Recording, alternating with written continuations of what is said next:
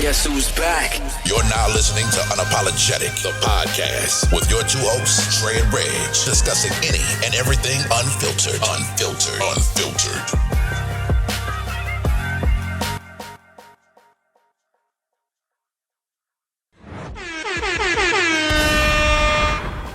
Yes, indeed. What's good, y'all? Welcome back to another episode of Unapologetic, the podcast. Y'all know who it is, Dre, Reg. We are back. Fresh off of vacay. Ready to get y'all an episode in. Yes, good. How you feeling? Man, I'm good, dog. Chilling out. Well, I can't say I'm chilling out. Actually been working a little bit, man. Okay. Of course, spending time with the kiddos. Just trying to run it up, dog. Really, like trying to run it up as much as I can, man. Mm-hmm. You know, get some pesos, add some more money to the piggy bank, man, because these chillings ain't cheap. Oh, I know. I'm trying to make sure I do that, dog. Been on this fitness journey, man. It's been interesting to say the least, dog. Like I told you before, man. You know, I only been on it almost going on nearly a month, man, and my shirts don't even fit me no more, man. I can't. I ain't no XL nigga no more. I'm an L nigga. But other than that, man, I've been solid, bro. What about you? I'm good. You know, I'm coming off that vacation high. Like I told you earlier when you called me, I'm thinking, I'm like, I wouldn't even think about doing an episode, to be honest with you, just because I was a day ahead of. I'm thinking it's Friday. I'm thinking we about to go in the weekend, so I'm like, you know, we good. We can just get to it. And then you call me. He's like, we getting it in, and I'm like, I'm about to say it's Friday, and I looked. I'm like, damn, it is Thursday. But shit, we could have did it yesterday because I didn't do shit on Wednesday. I got home Tuesday. I chilled, and Wednesday I just sat around the house. I ain't do shit. So we actually could have did something. Wednesday, but I was thinking it's Thursday. I'm like, you know, it's late in the week. You know, I don't want to throw nothing on them last minute. But shit, being that you was already ready, you was good. You know? Yesterday would have been bad for me, man. That's why I didn't even hit you up. Okay, but yeah, I mean, outside of that, man, I'm great, man. I had a beautiful vacation. St. Lucia is definitely a gotta go to spot, which I'm pretty sure a lot of places are once you get there and you know you go and see what they have to offer. But it was actually my first time doing a carnival. You know, you always see them when they happen in the States, and of course, you know, being once you hit the Caribbean countries is 100% different than what you see, you know, in the U.S. and everything. 100%. Yeah, man. Yeah. But I mean, it was so much going on, and the crazy thing is, everything that I saw was kind of light because we was like in a main part of the city, but you know they got the other parts of the cities and the towns and everything where you know it really go down. Nigga, and I mean, from what I heard, they still getting it in right now. But dog, I mean, from the first day the carnival festivities start till I don't know when that shit end, but it's like all day nonstop. Motherfuckers is hitting us up like, hey, it's some kind of party that started like 2 a.m. run to 8 a.m. Y'all trying to go to it tomorrow? I'm like, what? Nigga, 2 a.m. to 8 a.m. Like, what the fuck am I gonna be doing? You know what I'm saying? But no, that's that it's a party before that ends, and we gonna leave that party and go. I'm like, nigga, at 2 a.m. I'm ready to turn it in for the night. Y'all niggas talk, you know what I'm saying? Like, but I mean, yeah, it's so much like there's just going on. But I mean, it was a great experience. It was lovely, man. I would probably do it again. I don't know when, but it's a lot, man. A lot of standing. You know, it's hot as fuck down there, nigga. I was sweating, drenched all over the place. But I mean, the girls is good. You know, this is something I guess. Well, no, we weren't gonna talk about it. But like, of course, it was beautiful women all over the place. Right. Ass all over the place, titties all over the place, motherfuckers shaking. You saw all kind of BBLs, and I mean any kind of woman that you could want. And nigga, it is so many just naturally beautiful, natural bodies over there that it was just crazy. Like even when I went with Cherie to pick up her costume, I'm looking at all the girls, and me and her looking at them like, damn, like what the fuck going on over here? You know what I'm saying? But then you can see the ones that, you know, paid, of course. But like some of the ladies that was with us and my homegirls, and then ladies that was on the boat, you just saw the difference between like the thirst in men and women. Like you would swear these women have never seen niggas that had like that been to the gym. You know what I'm saying? Versus, you know, how they was acting, you know, when a nigga walked by versus how, you know, guys was acting when, you know, a woman, you know, came by and was, you know, one of the baddest things. You was just like. But you're saying they were definitely like, it was more, they were more on the aggressive side. In the words of Dre, it was more on the aggressive side. We're gonna talk about that one day. I actually saw this comment about women actually thirst more than men, but they said it's a conversation that ain't nobody ready to have yet. Well, they're just not as vocal about it. Right. I mean, we can nip that in the bud. They are. They're just not as vocal. But yeah, man, I had a great time. I don't know what the fuck happened. One of them nights, dog. I got fucked up, and I really don't know what happened when I got back to the room. All I remember, you know, is Cherie knocking on the door, like, hey, I'm about to go, and I'm looking, I'm like, damn. She's like, you ain't even ready? I'm like, honestly, I can't get ready. Because I don't know what happened. I just lost track of time. I laid down, but I felt sick, and I was like, I don't know, just give me like 5 minutes. I gotta sleep, whatever it is off. So I jumped in the shower, got out the shower. Nigga, when I got out the shower, felt like I had jumped in like an ice tub. Like I was like my teeth was chattering, I was shivering. Got in the bed, like nothing changed. Like I don't know what the fuck hit me. Like I was fucked up, nigga. I've never felt like that in my life. I don't know what the fuck happened. But like I ain't throw up or nothing. Like I don't know what happened, like, but that was bad. I was down bad. And they just kept hitting me like, hey, what you gonna do? What you gonna do? And I was like, fuck it. I just jumped up, threw on some clothes, you know, freshened up, left.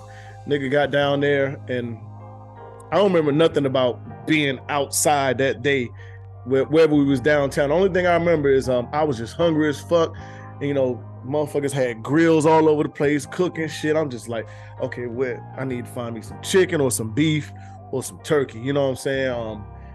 Lady was on the grill. The shit smelled good. She chefing it up. She had some beef kebabs, chicken kebabs, and pork. And the chicken was gone. So I was like, well, fuck it. Let me get some beef. Gave me the beef kebabs. You know, I'm walking down the street. We talking, nigga. I started eating it. Nigga, I immediately had to spit that shit. I'm like, the fuck? But long story short, I was eating beef liver, nigga. And it had that liver taste, that like liver pudding. I don't know if you ever had that shit. I remember I was eating liver like when I was young, and I remember like it was that same taste, that same exact taste. Nigga, I spit that shit out so fast in the middle of the street. Niggas thought I was throwing up. I was like, the fuck? But yeah, that shit was interesting, dog. That was a little interesting part that night in general. But overall, I had a good time, man. One thing before we get started, I did add to my portfolio, dog. This was some crazy shit. Like, you know, as much as I don't like doing like handy shit, like, you know, cars, doing shit like fixing shit in the house, I'm actually good at that shit. I was on just scrolling Amazon. It was almost Prime Day, and I saw they had like the Ring camera and the house camera, the indoor shit, and you can get the bundle was like $66. So I looked up the original price for them, and all together that shit was like $215. So I'm like, well, fuck it, let me go ahead and jump on it. I get this shit for $66 when it's usually $215. Yeah. So the shit came in, right?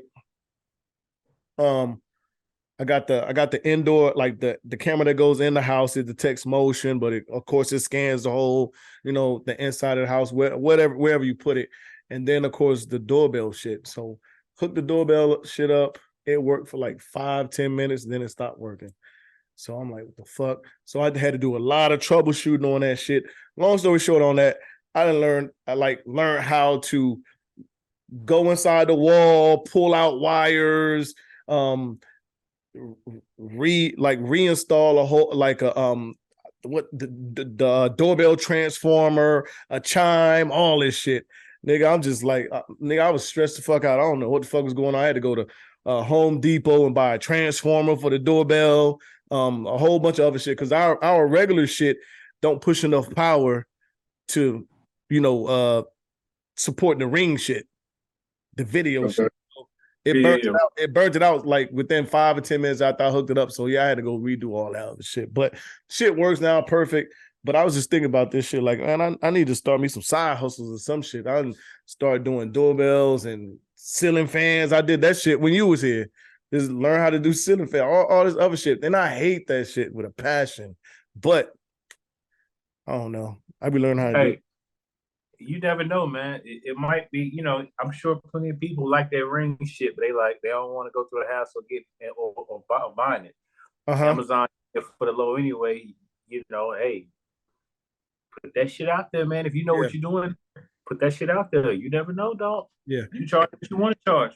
And it ain't even that hard to hook up. It's just, I guess you gotta have the right equipment, because the way they made it sounds like it just goes with your factory shit. I'm like, all right, cool.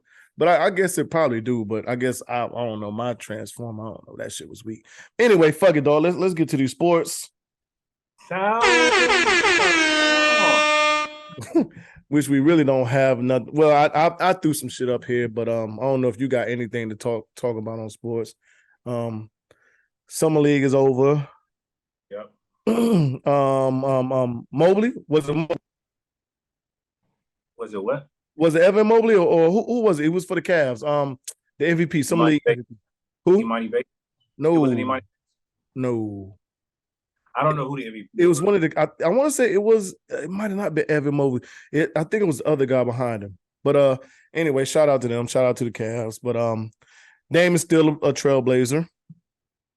He is for now. Yeah, for now. They said the Heat and the Blazers had talks, but they are still light years apart, which I don't doubt it. As I said, last week or the week before, you're gonna have to give me a better offer than Tyler Hero and a draft pick or two for Dame. Sorry. If I'm Portland organization, I love Dame.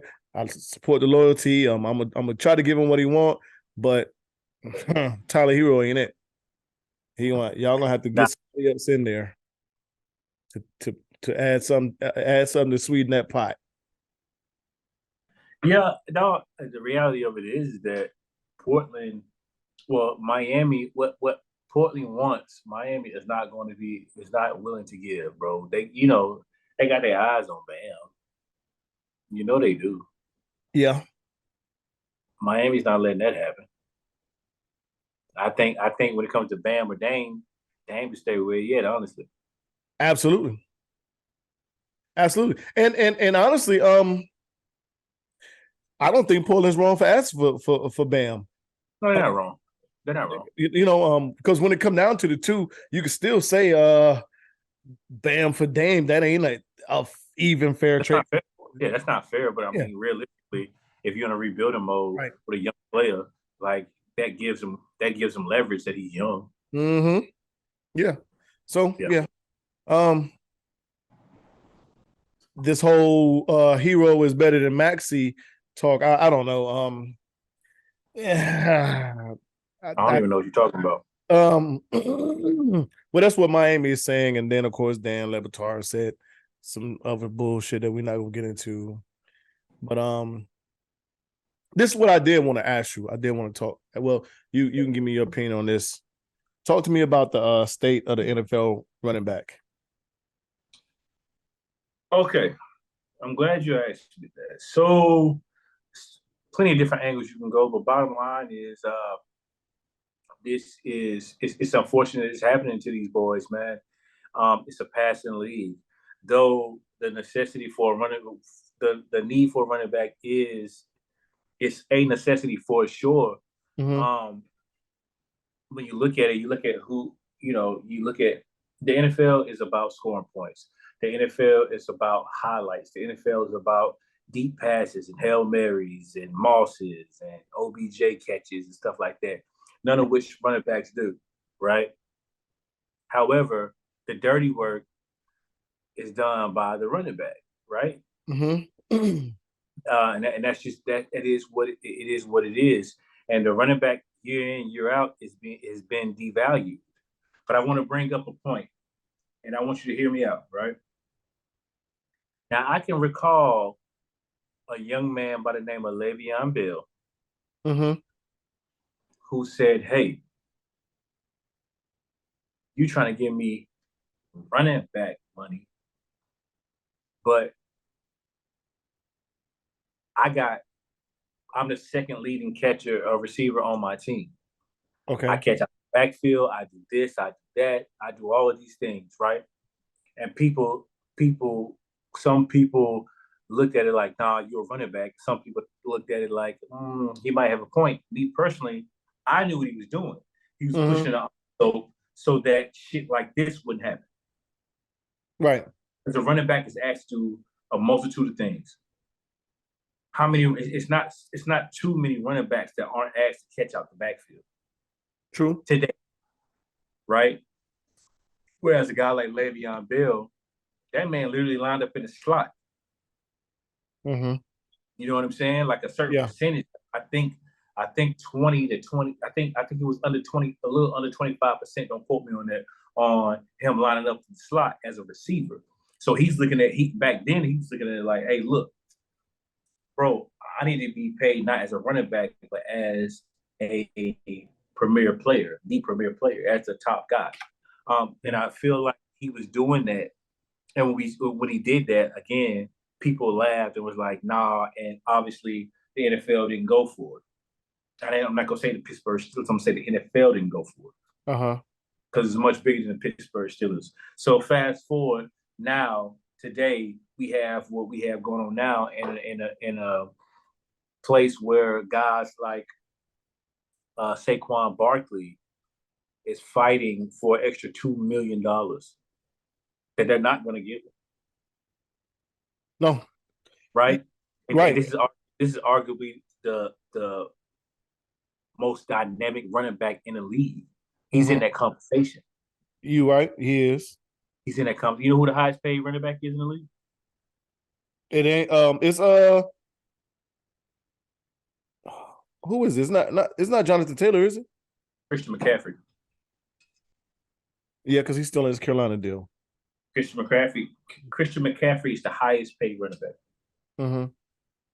Right? You got people like Josh Jacobs, shit like that, leading Russia, the NFL title, Russian title, shit like that. A pure beast, man, can't be stopped. Yet still these boys can't meet. You know what I mean? Because of the running back position being devalued, man, and it's sad, bro.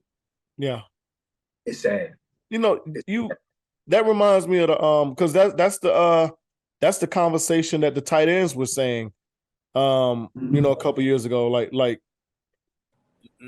I got more catches than a lot of premier receivers, more yards, a lot of premier receivers, a lot of touchdowns. You know what I'm saying? I line up not only as tight end, sometimes I line up as a wide receiver. You know, so that was the same conversation.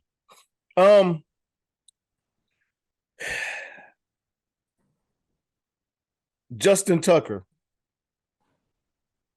how is he is a premier or damn near can't miss field goal kicker more important than the running back?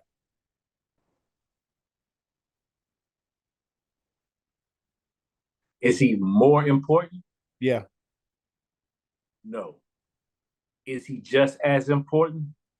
A guy like Tucker, where in a game when in a game is considered a game of inches, Justin Tucker is very important.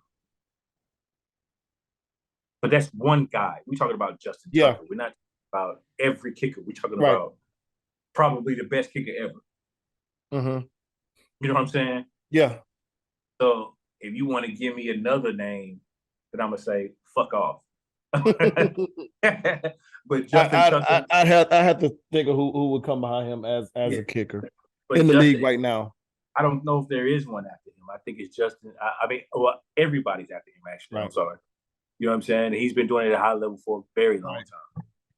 Because I saw this stat where they was just looking up comparing the points that kickers score, well, you know, throughout the season to where running backs score. And you know, of course, your top premier running backs are scoring 15 to 18 touchdowns a game. You know, well, not a game, but a season.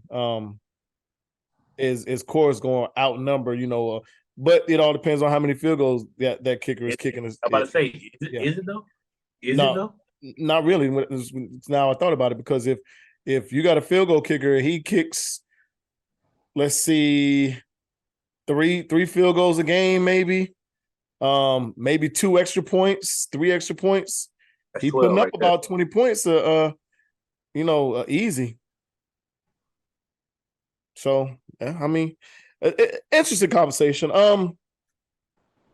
When you get into the analytics, so we're talking about strictly points, then I mean, you know, I think that's a cop out. Yeah, I think it's a cop out. Yeah. How many teams are dominant? I ain't gonna say dominant. How many teams excel without dominant running backs? You're absolutely right, but then I think it comes in that there you have the thing too, to where you say how many teams, because most teams are running. How many teams have an every down back too? Of a solid every down back. Agreed. There's a handful. Right. There's a handful. Mm-hmm. I mean, an every down back. I think Josh Jacobs is an every down back. I think Jonathan Taylor's an every down back. Mm-hmm. I think Christian McCaffrey's an every down back. Yeah. I think Saquon is an every down back. Derrick Henry is an every down back. Then it starts to dry up. After that, Dalvin Cook's an every down back. Yeah. But you got to find a team. Right. He's still out there on the market, which is wild to me. Mm-hmm. Man, but after that, man, you start saying, yeah. But are they every down back because they're featured that way though? Also, you got to think about that too. Is Tony Pollard an every down back? We gonna see. Okay. Hey, they rolled the dice on him. You see, Zeke ass gone fishing. Right. He's still looking for a team. And I still believe they're gonna bring him back on a much smaller deal.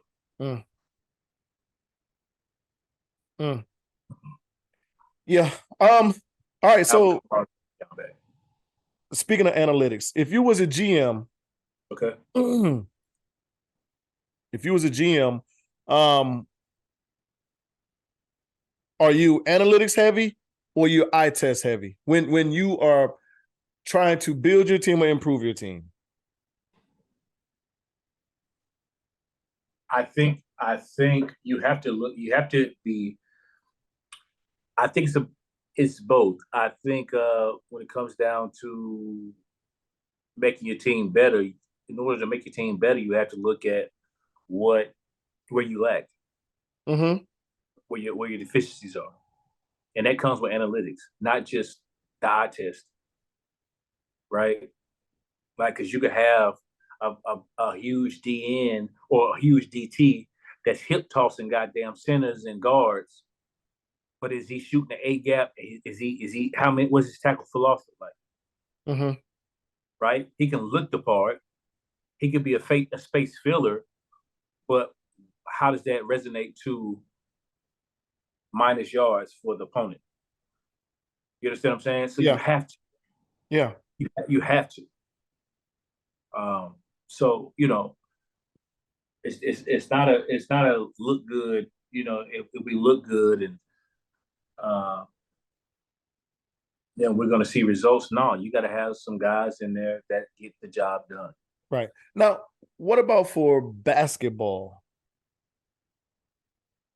I think it's the same way. I think ultimately, um, well, let me backtrack. With basketball, you have a better chance of outscoring the team, Right.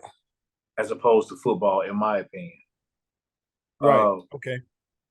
And then that star factor, right? You have it players or star factors. You know, guarantee. You know, they could call for the ball. Mm-hmm. Any given time. You can get your star player will have an opportunity to get the ball, or your special player will have an opportunity to get the ball. The thing about football is, we're talking offensively, we're talking about scoring points. Unless the quarterback gets the ball to him, that guy that's the it factor, he's shit. Mm-hmm. Unless he's the quarterback or the running back. Right. So, how many players do you think come out to where it's just you were like, I don't care what the analytics say or what the eye test say, he's a no-brainer for my organization. You said how many players? Yeah. You mean football wise? Yeah, we can go football or whichever sport. I mean, dog, there's not a lot. It's not a lot. In this past draft, what was there once? For what? Football or basketball? Let's go football. Let's say football in this past draft. A guy that I say I got to have him. That you don't care what the analytics say, or the eye test. Of course if you don't care what the analytics say, it has got you saw what you saw and you was like, hey, look, him right here is what my franchise needs. Like, no ifs, ands, or buts about it. He is going to be like a cornerstone right now from the time his ass steps on the field. I think Bijan Robinson is like that. I think Bijan Robinson is like that. I think Bijan Robinson has the makings to come in and change the game, Okay. Or take the game to a next level. He gives me, he puts me in the mind frame of Adrian Peterson when he came into the league. Unfortunately, he's in my division. So I hope I'm wrong from a fan's aspect. But Bijan Robinson, I think he's a home run hit. I think he's a can't miss guy. Other than that, in the draft, let me think. In the NFL draft, can't miss, gotta have. Nothing's pointing out to me, honestly.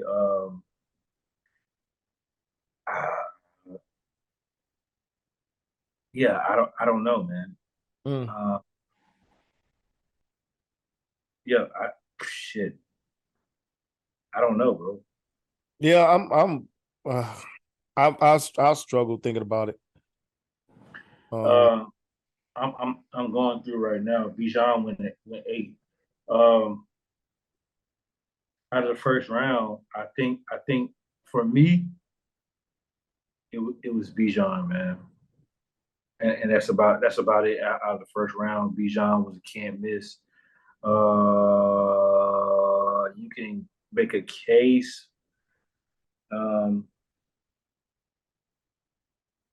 You can make a case for the receiver that got drafted out of Ohio State. Okay. Jackson Smith. How do you say his name? I don't want to butcher his name. Jackson Smith. I don't know his last name. I don't know how to say that. I'm not even going to try to. I feel like he was a can't miss. He was going to come in and wreak havoc. But out of all those guys, Bijan Robinson again. Okay. For me, is a guy he was probably the most NFL ready out of all of them dudes, man. Okay. All right. Let's do it. We ain't gonna sports it. I just wanted to I don't know if you heard about it's a YouTube vlogger or whatever called Dijon. He he was going to WNBA games with a blanket Saw on. that. You saw that shit? Yeah. Going to sleep, and he not only got banned from WNBA games, but he got banned from NBA games too. That shit is wild. But I mean, honestly, I think I don't know. It ain't much to talk about. I just think he don't know that much about sports because the WNBA game is a very if you like basketball the way that it's supposed to be played, X's and O's. yes, you like. If you're just a highlight person that likes to see the flashy crossovers and dribbling and high flying and speed, like then you're not, basketball, WNBA, you're going to watch basketball in its purest form. But I just thought that was interesting, or that this guy would do this. Man, they trying to go viral though. Right. There's a senator, no, congressman. I'm sorry, excuse me. In the state of Arizona, Eli Crane, I think his name is. Okay. He's there's a bill that I guess they're trying to push, and while he was speaking on it about the military, he referred to all non-white service members as colored people. Colored, yeah. Yeah, and got G checked shortly thereafter. Right. By the way, I just happened to that shit came. A lot of this stuff came up on my timeline like real quick while I was, I'm just screenshotting shit and like, well, maybe we should talk about this. But it's older white guy. I'm pretty sure he's not. I haven't checked his age, but I don't know if he's in the age to where he grew up in that time frame to where they were still calling everybody colored. Maybe he was, maybe he wasn't. But the fact that people are still referring or referencing, non-white people as colored and sitting in a seat, a chair, that high is insane.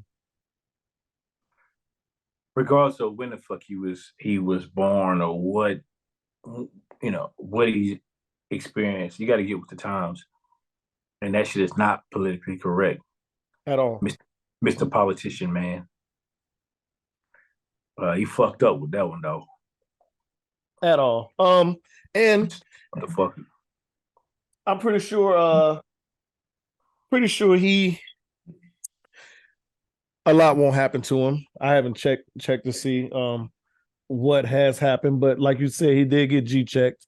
And that'll probably be the end of it, far as on what happens. Yeah. If it was a black man that offended white people, I'm pretty sure that would be the end of his term. They would find a way to get him the fuck up out of there. Unfortunately. But times that we're living in, sadly but true. I saw this thing when I was coming back about Private King that's decided to take his ass across the DMZ.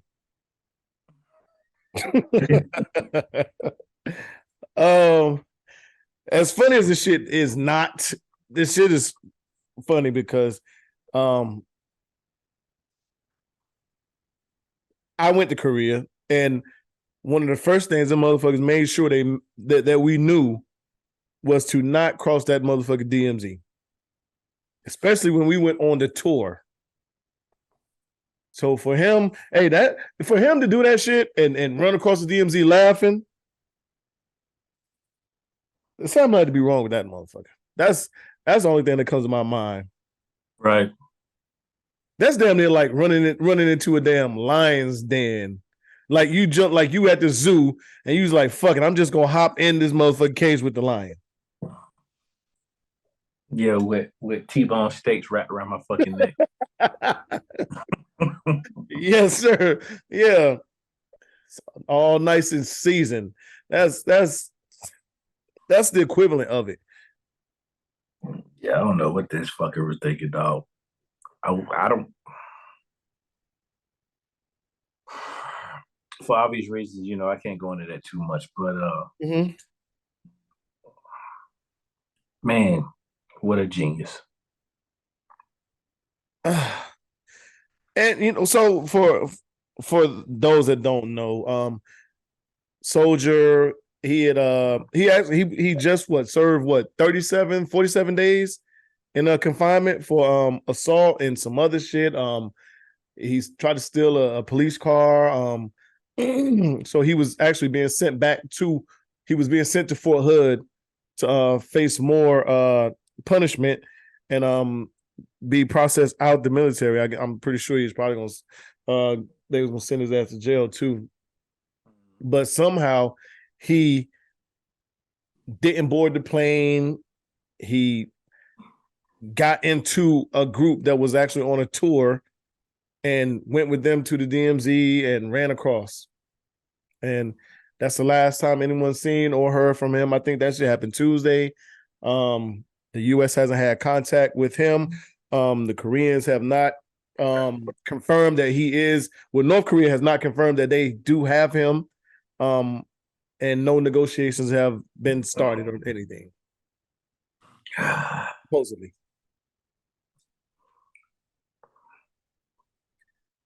And of course, mom said, I don't believe that. My son would never do that. Well, mommy dearest, your boy fucking did it, okay? Yes, yeah. They just say make up no shit about this motherfucker took off running across. Because I obviously she probably wouldn't think that he would do the shit that he did to actually get him in trouble to be to the point to where he's actually being sent back home. But yeah, your son fucked up. You done fucked up, right? Right. Yeah, absolutely. Yeah. It's not funny, but it's funny. Damn, dog. Listen, but I mean, on a serious note, I could not imagine, because listen, we have no friendly ties, no nothing with North Korea. Only thing that we had friendly with North Korea was the former president.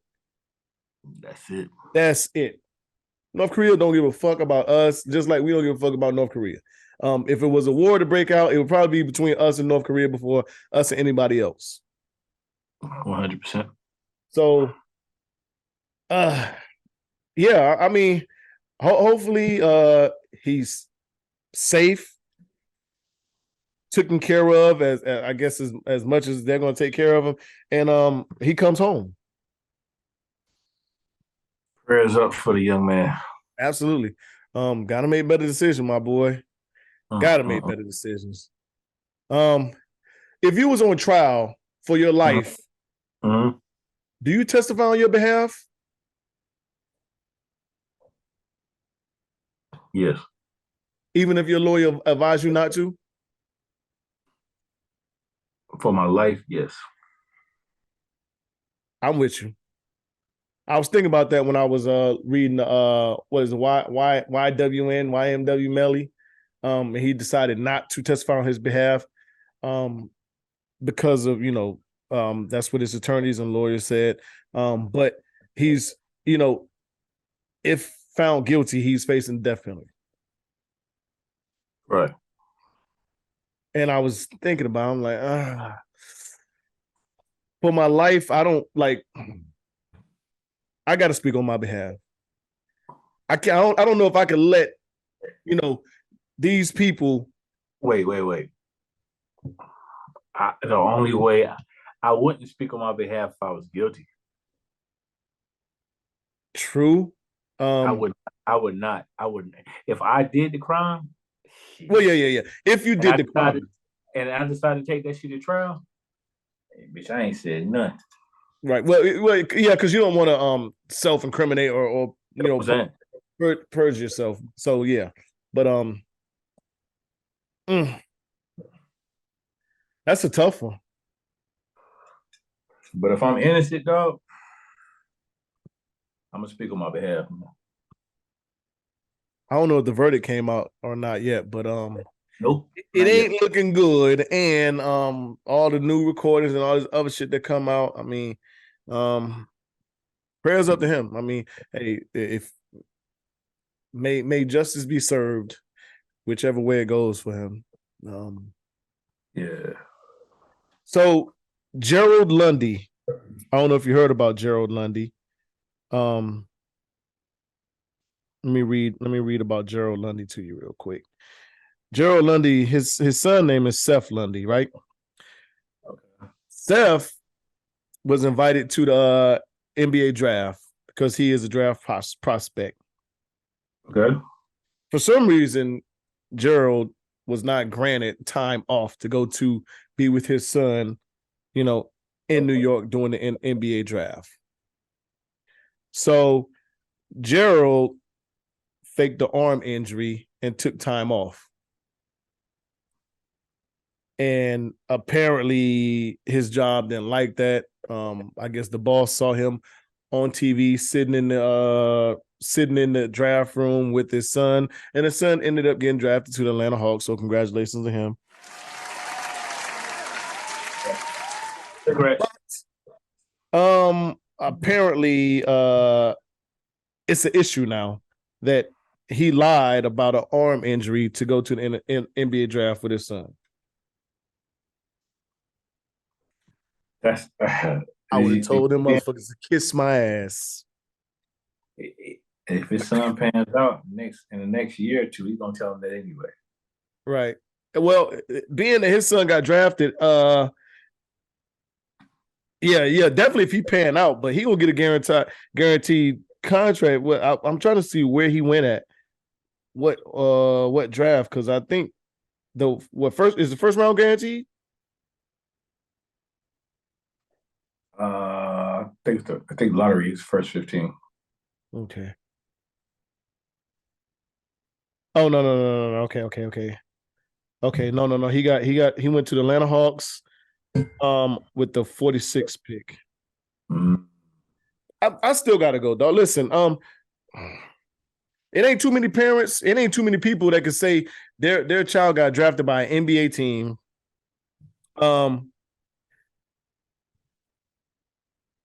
Yeah, I don't know, man. I'm on that line and more than over that line saying that's enough. That's enough for me to, lose a job over, I guess. Depending on what job it is. But I mean, especially if there's no compromisation in there to where they can't say, well, look, hey, go ahead and take 2-3 days. We'll see you when you get back. Enjoy New York, enjoy the draft, enjoy your son. Yeah, man, like to play that man out like that is whack. Who the fuck does that? Who the fuck tells you, nah, bro, you ain't gonna be able to go fuck with your boy on the biggest day of his life, man. We ain't gonna be able to do it. Right. Right. This thing said he was shown when his son was drafted. Of course, he had his arm in a sling or something. He was shown clapping. Did you see it? That's what led them. I'm looking at the Yo, the video is hilarious. Yeah. Okay, you looked it up? Yeah.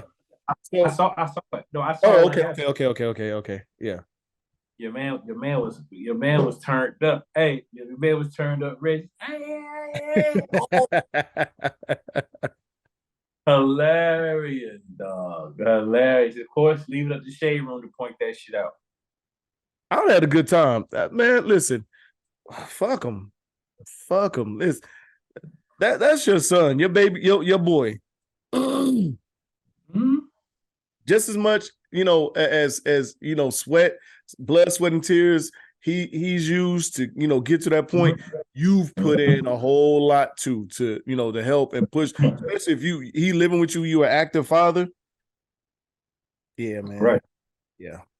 But congrats to Seth Lundy and his father, and hopefully that shit pan out. He ain't got to go back to that funky ass job ever again. Thanks. What was your thoughts on Moriah saying Zion beat her? If it's true, it's fucked up. It is, but why? My point is, why say something now? Well, Reg, should have been saying something before if that was the case. Right, but I can't take that angle. Yeah. I can't take that angle because at the end of the day, it's not about when you say it. Yeah. You know what I'm saying? It's about you stepping up and saying it. Right. You know what I'm saying? I can't take that route. But if it's true, it's fucked up. Mm-hmm. You know, I'm gonna say the politically correct shit, but I believe the politically correct shit. If it's true, all right, well, shit. Hey, Zion got to answer for that. If it's not, the chick is crazy and rowdy, and she got to answer for putting a stain on that man's name or attempting to. That's where I see it, bro. I think she has. There's something bigger going. She got a bigger play. I don't think she's done. And all of the shit just looks like it's because she's not getting her way. And that's the fucked up part about it. That's the fucked up part about it. Yeah, the bag getting smaller and smaller and smaller. Yeah, and you know what? When once you start losing that bag, the bag that she was getting, it's a lot of motherfuckers out here that's going to really do some crazy shit. I mean, shit, it's women that that wasn't able to get some dick no more from a nigga and did some wild shit. I mean, try to blow up niggas' cars, slice size. So, I mean, we've seen it. There's some motherfuckers out here that would go to any extent to have their way, get their way, or do something, including damn near putting their life in danger, in harm, just to, get some get back.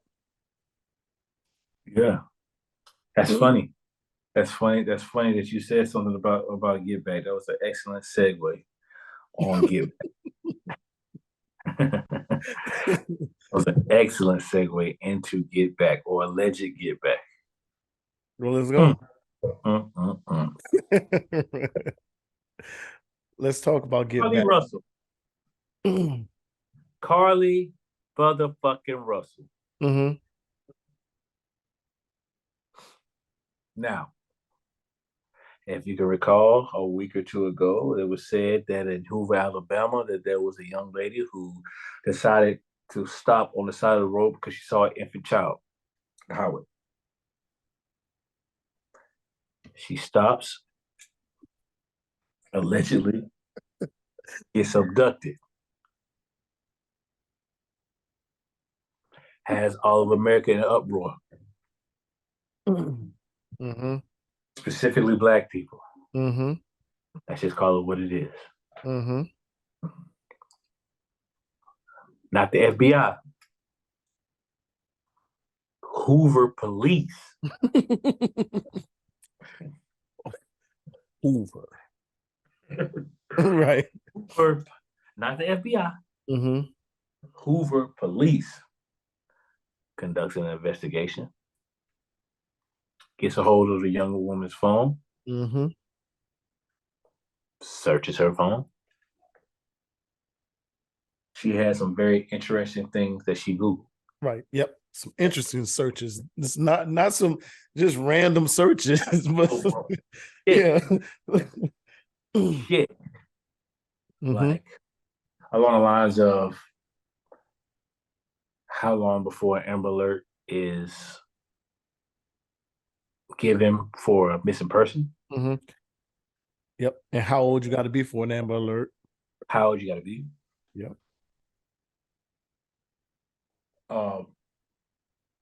How to rob a cash register.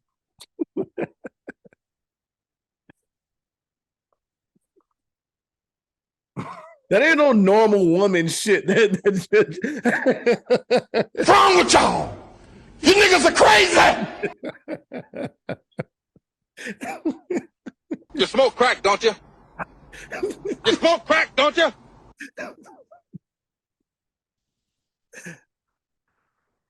What's the other search? She Googled the movie Taken, right? She Googled the movie Taken.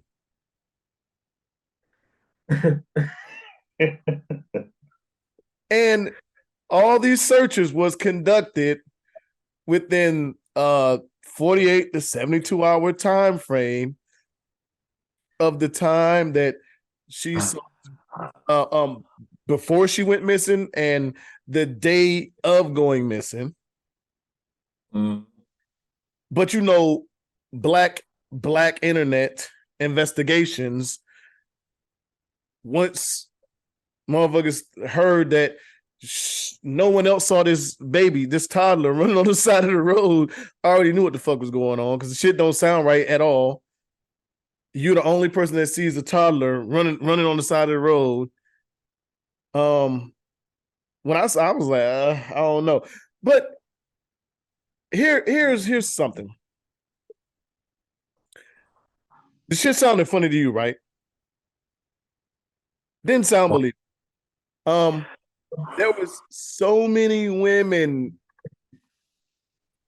talking shit about this is why black women are least respected, the most the least respected, most criticized, most this, most that. Y'all never give a fuck about us. Y'all just hope and wish this woman is found dead. That's why you guys are acting this way, blah, blah, blah, blah. But the story just don't sound right. Yeah, so with that, I don't know about, I mean, I'm not gonna ride the whole what black women think and all that. I don't give a fuck about that. But what I do give a fuck about is before, she had all of America on, at the edge of their seats, man. Yeah. Right. And I think that it is a major hit to women as a whole, dog. Mm-hmm. I think it's a major hit to women as a whole. And then to later find out that it was behind a nigga. Right. Yeah. And I'm guessing he was trying to get his attention or so or whatnot. Is that what it was? Something like that. But then the nigga then scrubbed his whole social media from her, like took all the shit down from that, pictures and everything they had. And even like to add on to her story, she said she escaped and went home. When they said that shit, she showed up. She was found. She showed up at, on her parents' doorstep. That shit did not sound right to me at all. That was ice on the cake for me. That was before the search and everything came out. I'm like, well, instead of like the first place you could stop somewhere to be safe, a grocery store, a gas station, a police department, trying to flag down police. I understand home might be a safe haven, but where in the fuck did they have you to where home was just the first and most convenient place that you could return? You went all the way home without contacting anyone. Exactly. And the funny shit is when they found the car, of course, she was missing. The cell phone was in the car, right? But the snacks and shit that she had bought from Target was gone. Like, so that lets you know this motherfucker was hid up somewhere with some snacks and stuff, so she wouldn't go hungry. Right?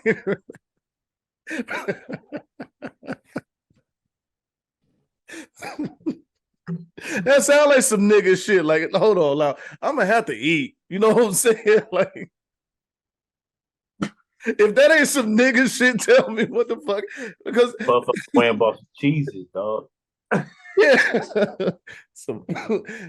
Had some Debbie cakes and some flaming hot Cheetos and shit. The fuck? And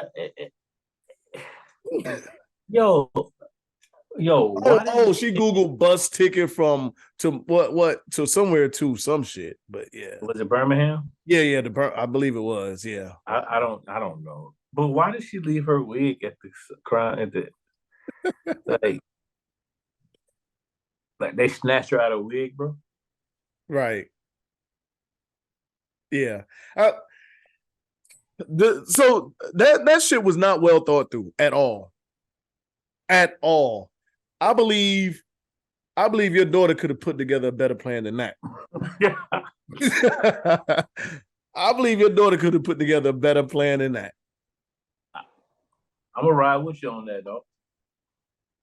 That shit was not thought out at all. The lie was terrible.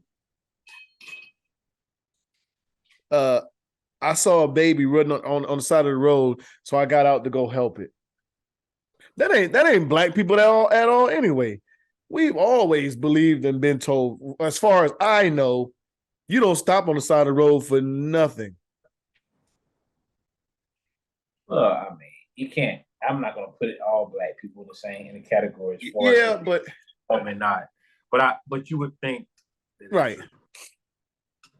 You would think so. Yeah.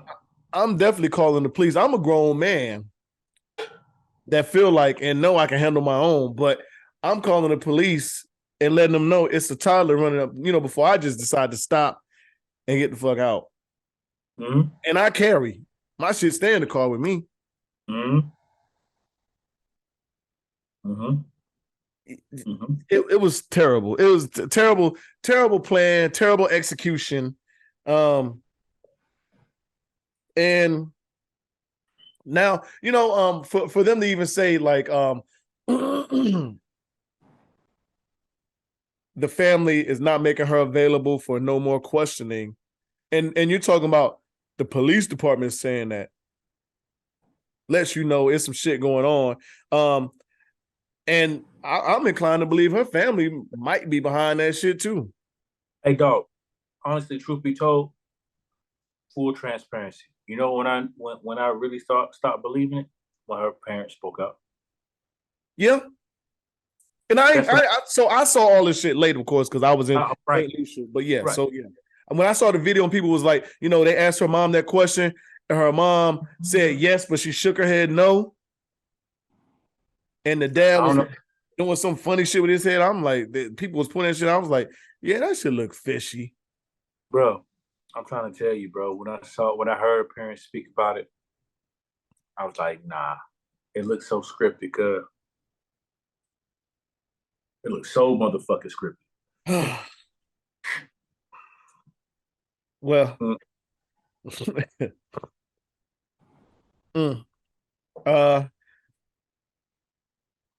where do they go from here? To hell, they don't pray. Because there's some serious shit that's about to come of this, bro. Somebody has started a GoFundMe for them. All the money has been refunded. I think it had amassed like $63,000 or something like that. All the money has been returned immediately. But the family did release a statement saying they're not looking for a GoFundMe or anything like that. I think and that was before she was found, I believe, or she came. No, I'm not gonna say found, before she came home. But is it ever that important just to get the attention of somebody to do some dumb shit like that?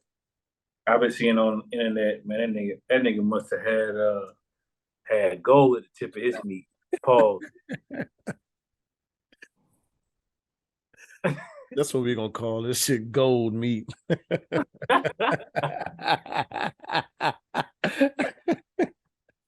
He had to. No, he was serving something. The motherfucker was serving something. Yeah. Jesus Christ. Or he eating that booty like nobody ever did. Like he's doing something. He gave Carlee something she ain't never had before to do some dumb shit like that.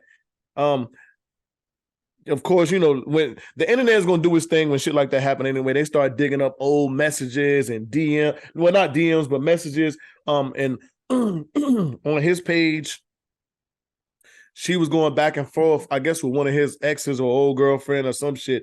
And nigga, when I tell you, did you see that shit? I heard about it. Yeah, I heard about it. She was talking about how much better she is than the girl. I'm a nurse. You just some hoe from the streets. You can never fuck with me. I get nursing money. I got this. I got that. Whatever. I'm like, damn. All right. Well, okay, Carlee. I heard about it. I heard it was interesting. Yeah. But so there was manpower wasted. A lot of dollars put into everything that happened. They're gonna be looking at. I'm not gonna say time, but they probably gonna have to. You think they're gonna go to court? Bro, whomever, I don't know what the right. I don't know what the law is or what the correct terminology is for whatever law that she broke. They about to try to sting this motherfucker to believe that.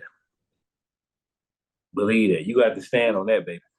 They should. It took a lot of time and attention away from other places that need to be, from other women that are in the same predicament that is actually true. And hopefully to any woman that's going through this and that's out there, they return home safely. But yeah, it is some bullshit that this was what she came up with to get the attention that she wanted from whomever. It's sad. She need to be looked at mentally. 100%. I've never wanted to get anybody's attention and thought, well, let me fake a kidnapping.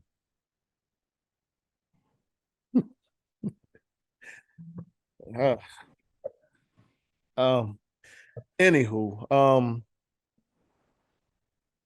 Larsa Pippen said she was deeply hurt and distraught because MJ's comments about her and his son. And I said, this is a 50-something-year-old woman. You got to be shitting me. I'm not disrespecting you when I'm sitting here as I look at my nails and shit. But this is how much I give a fuck about Larsa Pippen. Right. Like, is she still married to Cuz? No. Or did she just kept the name?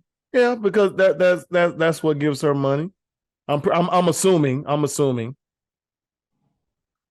Yeah. Man, shut the fuck up, Larsa. Right. Robbing the cradle ass motherfucker, dog. Like, right. I'm not gonna give her no more energy, man. Talking about you was hurt. What the fuck did you expect? Absolutely, yeah. Yeah.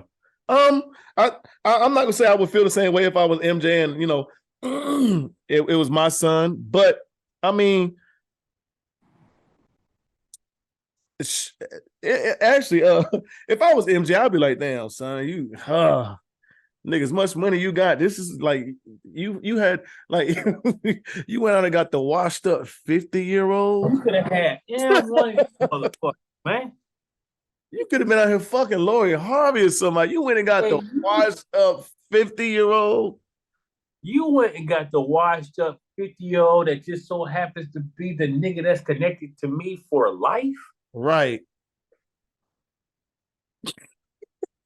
That's what it is. You might have to slap your son on the back. Like, nigga, what the fuck was? Ain't no Mike. I'm gonna slap the shit out of Adonis. If Adonis, listen. Like, nigga, do you know who I am? First of all, if Adonis comes to me and tells me, this is how crazy this sounds. This is how crazy this sounds, dog. If Adonis comes up to me and tells me like, "Oh yeah, Dad, I got a girl," I'm like, oh, "Okay, cool, that's what's up." Yeah, but you ain't gonna be Uncle Reggie no more. You're gonna be, your man Reggie. Yeah. Yeah. he had a thing with her once upon a time. I'm gripping that neck, sir. Are you fucking kidding me? Do you know why I named you Adonis? Do you know what that means, sir? You could have them all. You are him. Yeah. You're him Duncan. And you decided to go. What is this nigga thinking, man? Somebody get this nigga some help, dog. Yeah. He needs to be checked out mentally. I thought about that shit. I was like, out of all the, like, he got money. You know who his dad is. Out of all the motherfuckers that he can have, he went and got the washed up 50-year-old. Well, I'm going to get me a young tender. If I'm him, I'm going to give me something crazy. Listen, it ain't too many places he probably can't get in off of his daddy name alone. And when he get in, he got the money in his pockets to do whatever he want, to even attract the type of attention that he might want. You talking about a nigga that ain't gonna never hurt for nothing in life. And he got the washed up 50-year-old. Wow. Wowzers. She must got a pot of gold in her pants. Hey. She keep pulling them, so I mean, you might be onto something. She must got a pot of gold. Hey, for some reason, niggas like busting that 50-year-old ass. I don't know. We should just name this joint Gold, sir. Gold. Yeah. Gold. It don't gotta be gold meat. Just gold. Yeah. Put 3 D's on that motherfucker. Damn. Jesus Christ. Are you kidding me? Yeah, I would feel the same. I would feel the same way if I was you. My son cannot come tell me, it's my new baby, and I look, and it's one of your exes. I'm like, nigga, what the fuck are you doing? First of all, it's not because Uncle Trey, no more bad. Yeah, I'm not Uncle Trey. I'm, your man Andre. Yeah, your man Andre. First of all, it's not. Your man Andre. Right. First of all, it's not because she's not quality or not caliber. It's just the fact of like, nigga, you are 20, 21. What in the fuck are you doing out here fucking with motherfuckers that's how old is 20, 25 years older than you? How old is Marcus Jordan? How old is Michael? No, Marcus. Is his name Marcus? Marcus, he might be 30. He might be 30. He's 32. 32, okay. He's 32 years old. He's in that age bracket too, nigga.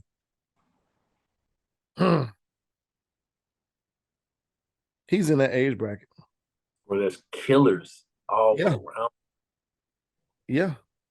Larsa Pippen is considered a TV personality. She's been on a couple of them shows. She was on the Real Housewives of Miami. Yeah, she's been on a couple of them shows, bro.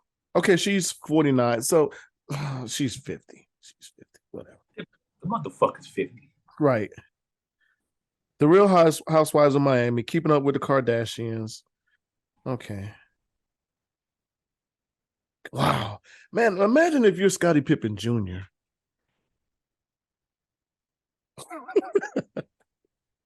Let's move on. I would hate to be the son of that woman. God. I did have this question. Someone asked this question from the last podcast. They when we was talking about phone etiquette, they asked, what about a partner that is always on the phone? Anytime like you guys are together, their phone is always in their hand. They're on their phone all the time. Well, so phone always in their hand. All right, like me, like at the end of the day, man, how I give it up, bro. I look at some of the weirdest, and I fall into so many rabbit holes behind my phone, bro, and looking at it and reading shit and trying to educate myself on shit, or checking in with my partners and shit like that. Like I do that shit. I'm guilty of that, but I think it has to be a time, man. If you're spending time with your significant other, dog, then you got to put the phone down, bro. Right, I agree. You can't get lost in your phone. It's very easy to do. Mm-hmm. I think you might have to tap them on the shoulder and tell them, like, hey, look, put the phone down, let's just spend some time. Or hell, just show them, go to that little part of the phone where it shows you how much screen time the motherfuckers been given. That should tell you a whole lot. Yeah. I need some of that. I need some of that time. You need to figure out how to put me in there. That's funny as shit. You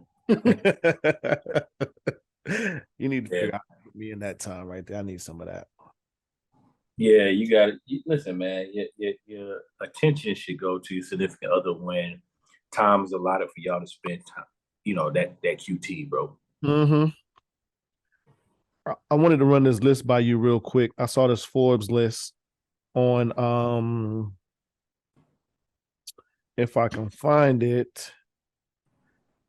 It was a Forbes list on the most I think it was dangerous cities to live in. I think I'm not 100. It might have been dangerous cities or worst cities to live in. I wanted to run it by you. I think it was the worst cities. The last one I saw. Forbes released the 15 most dangerous cities to live in the U.S. Okay. All right. So 15, Philly. 14, Kansas City. 13, Milwaukee. 12, Oakland. 11, Little Rock. 10, Baton Rouge. 9, Shreveport. 8, Louisiana. God, they might as well just put the whole state of Louisiana. Eight is what? 8 is Louisiana. I'm sorry, New Orleans. Okay. 7 is Cleveland. 6 is Detroit. 5 is Memphis. 4 is Baltimore. 3 is Birmingham. 2 is Mobile, which don't surprise me. 1 is St. Louis. Okay. Yeah.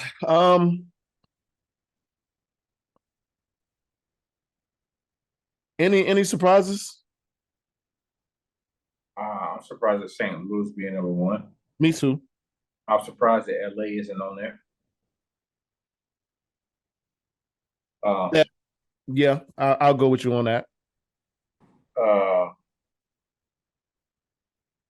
The boot is a wild place, man. I spend a lot of time, for obvious reasons. I spend a lot of time out there in Louisiana.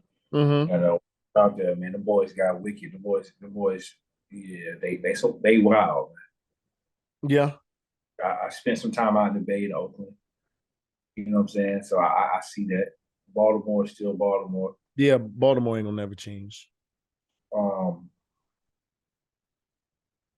Birmingham it was surprising me to be that high.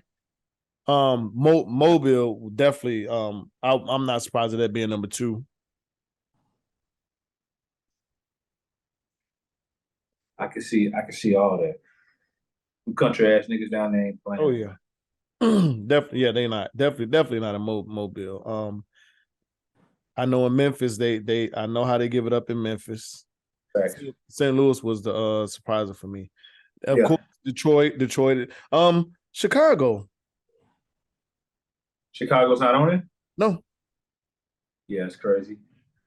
And I was thinking, in Kansas City, I heard that's one of the places I want to. I want to go to Kansas City. I want to go to Milwaukee, places like that. I've never been, but because I heard it's a good time. Mm-hmm. But Kansas City doesn't surprise me.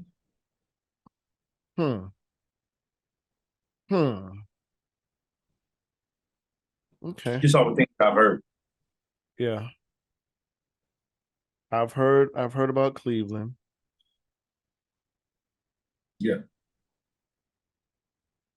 Yeah. Louisiana said they took 3 spots in the top 10.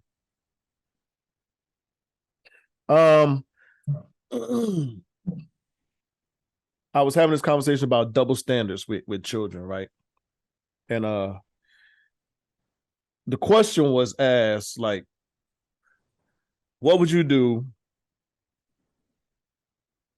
if you came in the house, of course your kids beat you home from school. They come, you don't know what the hell your kids doing when they get home from school. Mm-hmm. Your daughter got a friend over in the house. In my house? Yeah. And you come in the house and you catch her giving head. Come on, man. Come on, dog. So the reverse of that was basically it was like somebody got to die. Like they gonna, fuck this boy up. But the question was asked, well, what if it was your son? And the nigga was like, I'll probably give my son a high five later on. Like, boy, I saw, you know what I'm saying? But that's where the double standard came in. For him. Like, so, yeah, we're congratulating a son on, sexual activities or whatever else, which we're going to assume that kids are both the same age in this scenario. Why is it more congratulation or celebratory for whether your son is getting head or giving head or having sex or whatever, versus, and the same thing with the daughter? Why does it always look more, as a congratulations when it's the son versus the daughter? I think there's a few reasons, but I think in our world today, I think the reason for celebrating your son, for most men to celebrate their son, is for him showing at that time that he's not gay. Okay, I can rhyme with that a little bit, but I don't think that necessarily means he's not gay, though. You don't necessarily mean it, but at the end of the day, like if you caught your son and that doing, getting that type of act performed on him, mm-hmm. you're gonna think twice about. You're not gonna think that he still might like men. Yeah. You know what I'm saying? You're not gonna think that. You're gonna be like, oh, okay. True. True. For me personally, if I caught my son in the act like that, like I'm still gonna get on his ass, because because not only I'm gonna get on his ass because you didn't have enough respect for me to not get caught. Right. Kids don't do what kids want to do. Mm-hmm. When I was a youngin', I got caught up. Hand in the cookie jar. You hear me? Mm-hmm. Hand in the cookie jar had the young lady in the hucklebuck, bro. Mid-stroke. You hear me? Uh-huh. My stepdad was on fire, cuz.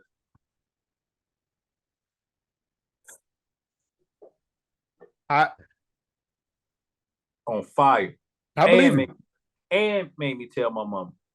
I believe it. I believe if had I got caught, it'd have been some hell to pay. And he went outside and screamed it to the high heavens, bro.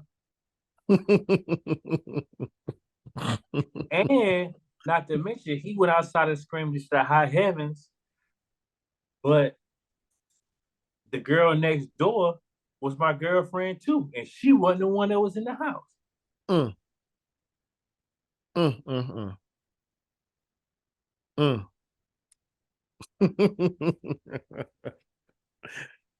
True Nigga story. fucked your whole shit up. He almost did, but luckily, you know, her stepdad kept it player. Mm. Shout out to Mr. Perry, man. Kept it player. Mm. Kept it playing. But anyway. yeah, I always find that, you know, interesting and kind of backwards when I hear that. Like when people not, and it's not just men, because I've heard women say it too, when you know, they'll congratulate a son for, you know, having sex. Like it's what's supposed to happen. But you know, if it was a daughter, oh, this is gonna happen, or I'm gonna kill that nigga, you know, whoever he with, he better, you know, say his prayers or some shit. And I'm like, we can't have that parity to where we're congratulating, you know what I'm saying, congratulating boys for having sex as teens or children. Because hell, shit, this girl can go home or get caught, and she can go home, and her parents can press charges and say, you know, she was raped. She was that. Yeah. So then once you start congratulating your son on doing some shit like that, this motherfucker's feeling himself, thinking he got a dick of gold, and he out here trying to fuck everything moving in the neighborhood. Okay. But that's when, you know, us as parents, that's why I say I think us as parents got to step in and do something about that, because you was that age, I was that age, and you think I gave a fuck about any of that shit? Nigga, I was just trying to fuck. Right. I wasn't thinking about shit else. Right. And we know as kids, we do a bunch of shit that we don't think about. We don't think the whole thing through what could happen. Right. But all right. Do you think men struggle with ending relationships? Yes. I saw this question. I agree 100%. What reason? I don't know why. I know why, because men don't ever want to be looked at as a bad guy.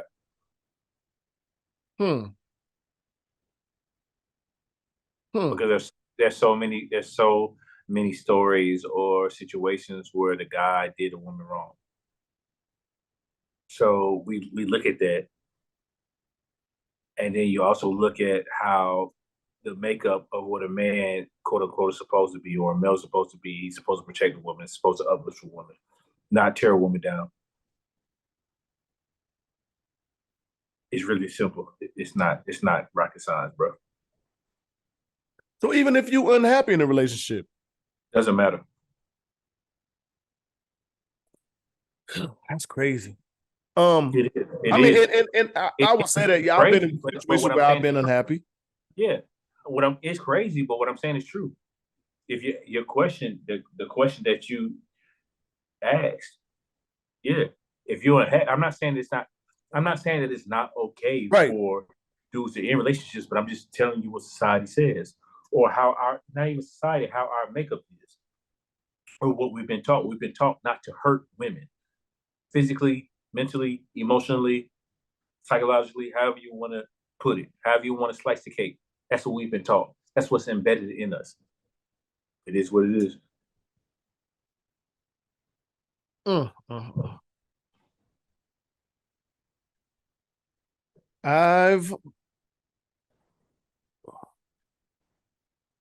don't know. I've been in relationships to where I was unhappy. Yep. And I would start doing shit that I know would get the fuck on her nerves, to where she might end the shit instead of me just saying fuck it, you know. Why did you do that? That's a good question. Like, honestly, I don't like. I know why you did it. You don't.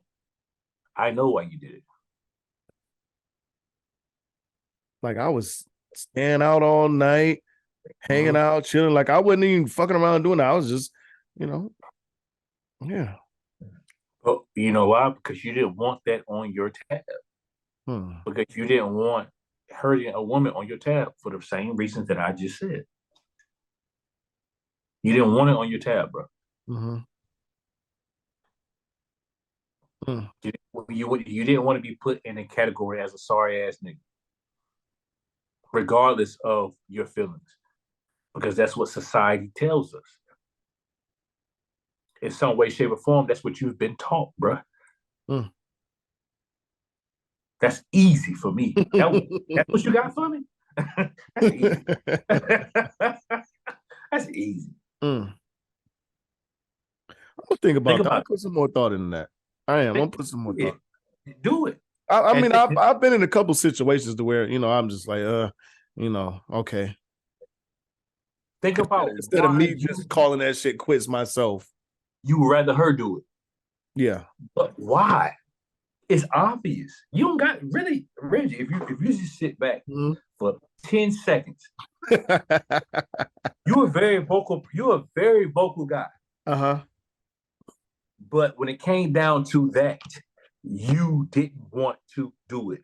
Why didn't you want to do it? It's simple, because you didn't want to hurt the motherfucker. You did not want to be put in that box. You didn't. I say it's a lot of validity and truth into that. Why else? There's no other reason, bro.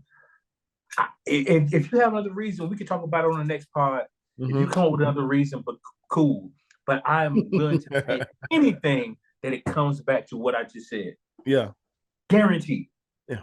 We'll revisit. I'll think about it. I'm pretty sure I probably won't, but please do. If I do, and then whatever comments we get from what I get from this, you know, it definitely, if you get some, let me know. It's gonna all come back to that, bro. I'm telling you. Let me know, because I'm pretty sure there's a lot of women that'll be interested in as to why we would rather, you know, take that route to let them, you know, do it if we are unhappy. But unapologetic truths. Let's go. So there was this thing that said, women think men are easy for a particular reason, right? But when in fact, the majority of men aren't easy. I know for a fact I don't fuck anything. I know you don't fuck anything. The majority of my homeboys don't just fuck anything. They have standards. Right.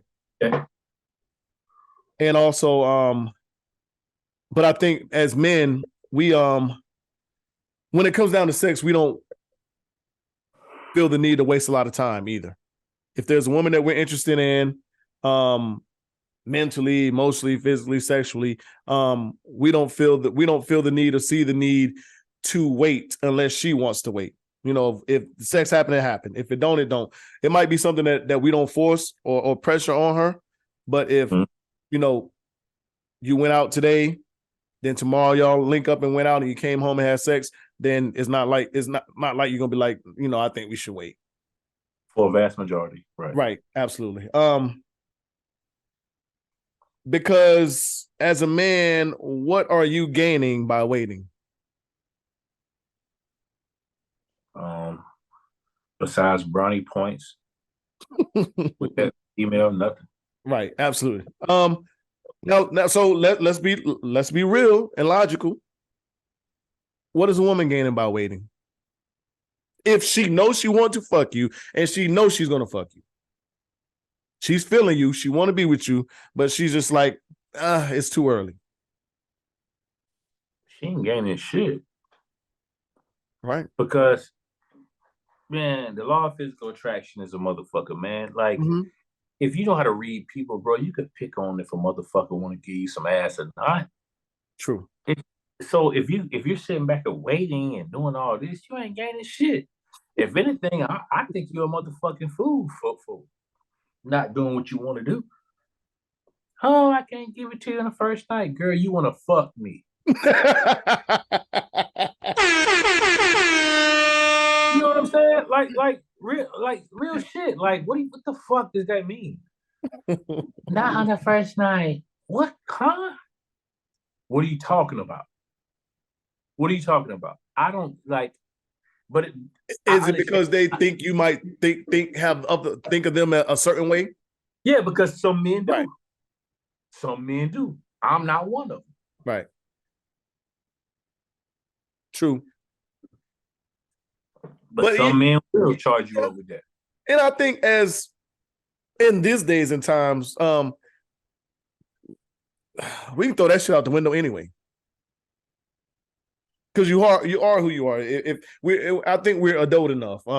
But then again, there are a lot of niggas that ain't. But I don't think there's nothing to be gained either way. If it's the man waiting or the woman that's waiting. Mm-hmm. So I'm with you 100%. There's nothing to be gained. If it's something that we both want, you want waiting or prolonging it. I mean, I guess if you want to say, hey, I need to get to know this person a little more, maybe. Yeah. But I don't know. You need to get to know this person a little more, maybe because you want to protect or guard your feelings. Mm-hmm. That's valid. Mm-hmm. That's valid. Okay, cool. Because once somebody crack open that door, you're gonna be smitten kitten. That's valid. Yeah. All right, that's valid. Right. But if that box hot, no, I'm fucking around. Fucking around. No. If they out to try it, if they ready, they're ready. Your ass is in heat. Yeah. If they ready, they're ready. All right. So there was a survey done, and for the most part, we're all average in a lot of ways. But the survey said that between men and women, women view average or above average as disrespectful, whereas men, it is what it is. So for instance, if you, on a scale of 1 to 10, if you told this lady that she was a 6, she would definitely feel like you disrespected her or insulted her. Bro. Whereas if someone told you was a 6, which is a 6 is above average, because 5, you would gauge 5 as average. So if someone told you that you was a 6 or a 7, it is what it is, right? Yo, if a motherfucker told me I was a 6 or a 7, bro, I'm gonna laugh first and foremost. But after that, I'm just gonna be like, oh, all right, cool. Well, you might look at me as a 6 or a 7, but once you get in my motherfucking program, let's see what you're thinking about 30 days. Mm-hmm. Let's see what you think about 30 days. Let's see if that number go up. And I'm not, but that's based off of not just looks, you know what I'm saying? Right. Like realistically, right? I know, like we've talked about it at plenty of times. It's a nigga, it's plenty of niggas out here that look better than me. It's plenty of niggas out here that dress better than me, got more bread than me. Nigga meat is long go from his goddamn sternum to the damn corner. It is what it is, but is he me though? Does he have the intangibles that I have? Does he have, you know what I mean? Does he have, is he a total package? Mm-hmm. Can he do for you what I can do for you? True. Yeah. Can he meet whatever it is that you need him to meet? Mm-hmm. I can. So I found that kind of interesting that well, and I don't know why, because I mean I'm no, more than likely, I'm pretty sure you scroll your timeline. The majority of the women gonna tell you that if you was to tell them to rate themselves, they're gonna tell you they're a 9 or a 10. Of course. Everybody in a 9 out of 10. But just the fact that survey, the way it came out, and they, was, women, anything under an 8 is subpar to them. Mm-hmm. Like average and above average is an insult. And actually, the majority of those women feel disrespected if you tell them that they are average or above average. When, I mean, what tier there once you start talking certain tiers, I don't know. Average don't seem like such a bad place to be at. Once you start talking about, okay, it and it all depends on what tiers you have as a 10 or a 9. If you're talking about someone that's a millionaire, that can, but then you start looking at, okay, well, they got money, but as you said, the intangibles. Okay, what else, can they provide? Are they thoughtful? Are they this? Are they that? Because they can be an asshole with a lot of money. Right. So yeah. Ladies, average is not bad. Above average is not bad. This is how I feel. Facts. You rather have a woman who can control her feelings or a woman who thinks logical? I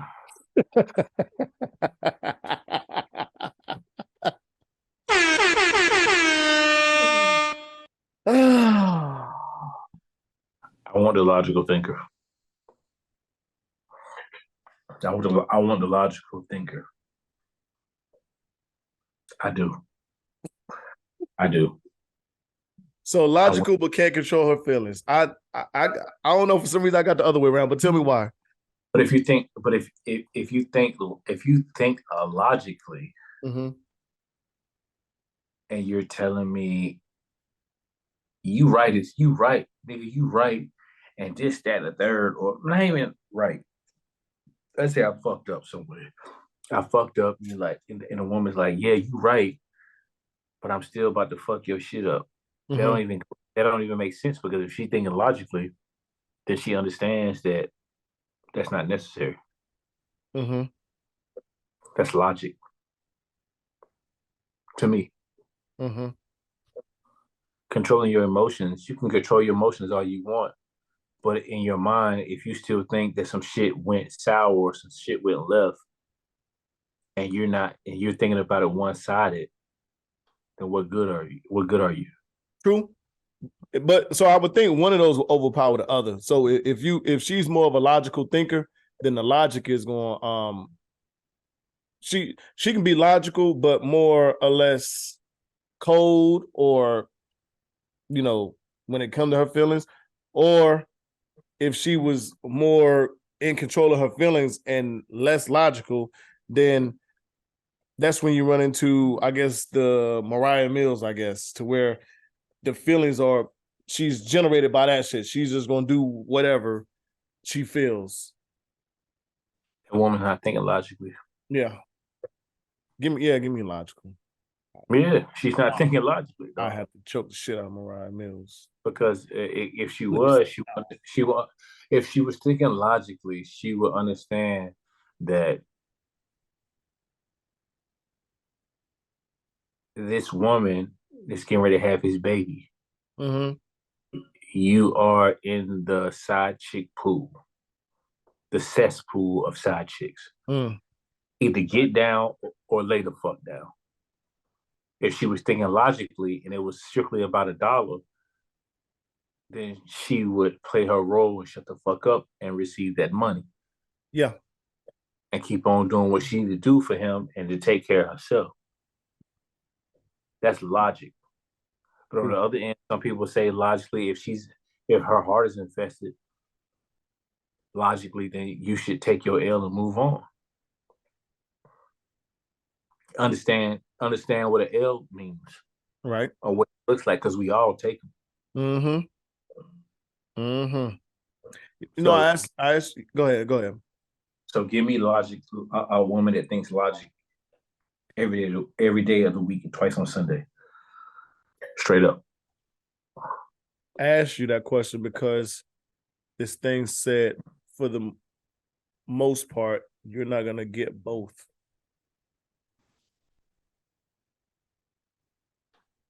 When it comes to dating women. Okay. I've had some logical thinkers, and I've had a lot of motherfuckers that didn't know how to control their feelings. Mm-hmm.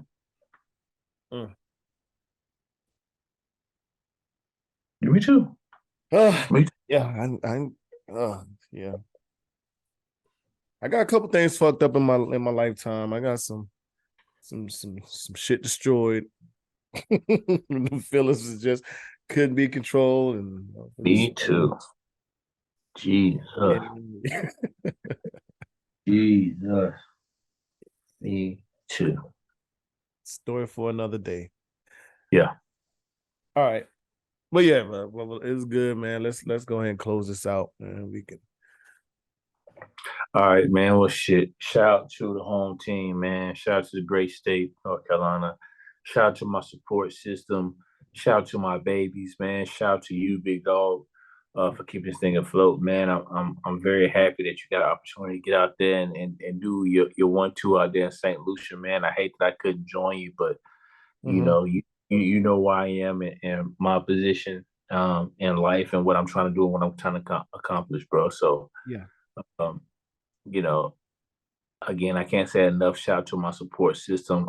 Without them, you know, I will be flapping in the wind, dog. I will make a way, but it will be very, very tough. How about that? Mm-hmm.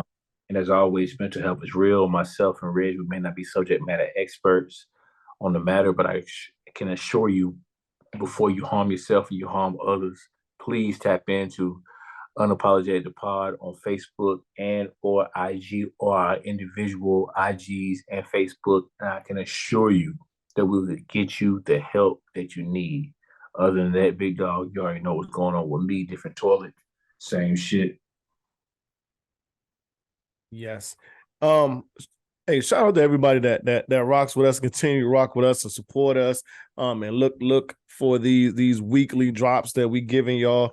We appreciate it. We appreciate the love and time, and effort, and just that people want to listen to us. Cannot thank you guys enough. Definitely want to thank, my family, all my loved ones. My babies, got to get up there and see y'all. I've been missing y'all like crazy. Got to see the new grandbaby. Indeed. And just everybody that came on the vacation, I appreciate it. I enjoyed y'all thoroughly. I can't wait till we do it again. The shit I talked to you about, Dre, we're gonna definitely talk about that probably the end of this month, because I'm looking at August probably. I'm gonna give you a date. I got a date in mind too. Got a date. We can go from there. Yeah, get some shit popping. But yeah, that's all I got. Like I said, I appreciate everybody for rocking with us and just tuning in.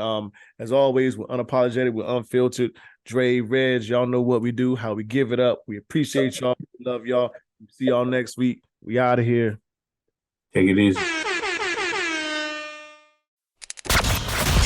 You know what it is. Thanks for listening to another episode of Unapologetic, the podcast. Don't forget to share, like, and subscribe. Better follow me.